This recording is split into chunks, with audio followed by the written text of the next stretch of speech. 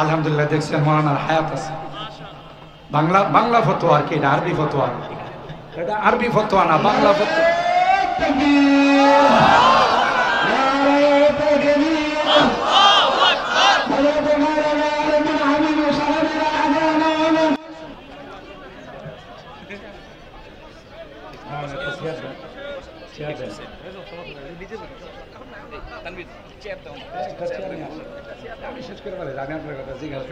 এটা বাংলা ফতোয়া, ঠিক না?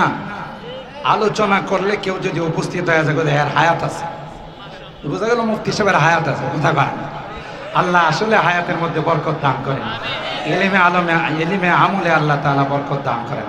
মাশাআল্লাহ। ও ভাই, আমার কথা এখানে শেষ। আমি বলছি যে মুফতি সাহেব আসলেই আমি আমার বয়ানের ইতি টানব। সম্মানিত সুধী, এই যুবক, তোমাদের উদ্দেশ্যে বলতেছি, আমরা বীরের জাতি, আমরা তাদের মতো বংশহারা নয়। তাদের যে কোনো কালচারে আমাদেরকে নিমজ্জিত হলে চলবে না, ঠিক কিনা বলেন? আমরা ছাগলের 3 নম্বর বাচ্চা নয়, আমরা বীরের জাতি, আমরা মুসলমান। আমাদের চরিত্রহীন করার জন্য এই 31 নাইটের আবিষ্কার করা হয়েছে, ভ্যালেন্টাইন ডে আবিষ্কার করা হয়েছে, ঠিক কিনা বলেন? এই জন্য আমাদেরকে সতর্ক থাকতে হবে, কোনোভাবেই যেন আমাদের চরিত্র হনন করতে না পারে, আমাদের জীবন যেন শেষ করতে না পারে। শেষ কথা, সূরা আম্বিয়ার যে আয়াতখানা আমি তেলাওয়াত করেছিলাম, ওয়ানাদাউল মাওয়াজিনাল কিসতা লিয়াউমিল কিয়ামা ফালা তুযলামু নাফসুন শাইআ, এই দেশের পথ পরিবর্তন হওয়ার সবচাইতে বড় কারণ হলো জুলুমে চতুর্দিকে ছেয়ে গিয়েছিল। কথা বলেন ঠিক কিনা? শুধু জুলুম আর জুলুম ছিল। এই জন্যে আমার এই সন্তানরা, কচিকাঁচা সন্তানগুলো, অল্প বয়সের স্কুলের স্টুডেন্ট, ছাত্র জনতা মিলে আর আল্লাহর আরশের মধ্যে এই জুলুমের ধাক্কা যখন লেগেছে, বদদুয়া ধাক্কা যখন লেগেছে, আল্লাহ তাআলা আসমান থেকে ফয়সালা করে দিয়েছেন, ঠিক কিনা বলেন? একথা সবসময় মনে রাখতে হবে। যে কোনো কিছু অর্জন হবে, এটা নিজের বাহুবলে হয়েছে, এটা কোনোদিন চিন্তা করবেন না।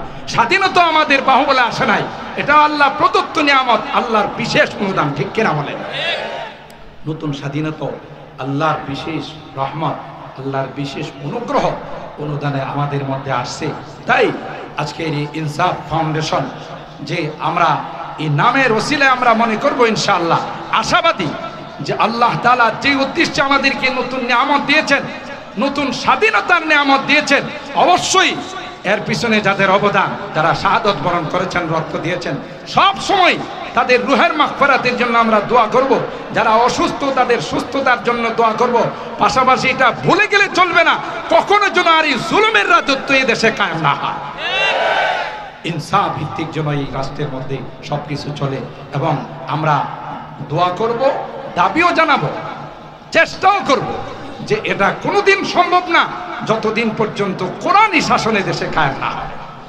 কোরআনী শাসন আসবে, জান্নাতে হাওয়া বিরাজ করবে। কোরআনী শাসন আসবে, ইনসাফ ভিত্তিক রাষ্ট্র পরিচালনা হবে।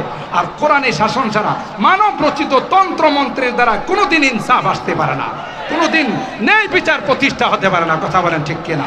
আল্লাহ রাব্বুল আলামিন আমাদের সকলকে এর পিছনে দোয়া, মেহনত সব কিছু চালিয়ে যাওয়ার তৌফিক দান করুন। আমিন।